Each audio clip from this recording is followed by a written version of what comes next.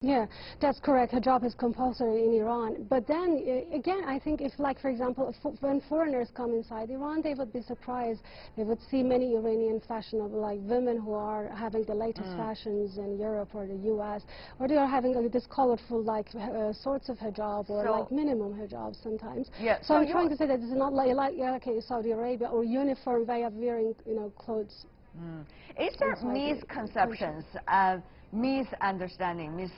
Mortazawi, coming from outside Iran about really what's going on inside Iran? Is that being, wrongly painted by the so-called the Western media? It seems that's what Ms. Tari has been suggesting. Yes, there's a lot of misconception, and some of it is attributed to the coverage of the media, but it's also access. Let's not forget that the establishment in Iran does not give easy access to Western and international media and journalists to go inside Iran and cover Iranian stories freely.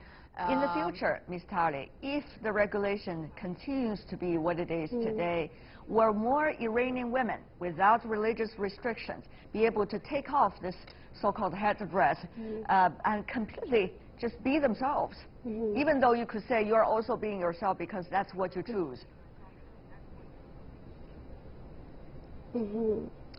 I just want to make one point, is that this dichotomy of having like a veiled society, which is like more progressive, and unveiled society, which is backward. This is basically inaccurate, and it should be questioned by, like, I think, Iranians or like any woman who is wearing headscarf inside or outside the country. So, for example, the case of Iran itself, if you compare pre-revolutionary Iran, then actually hijab was not enforced, and in a sense it was not encouraged.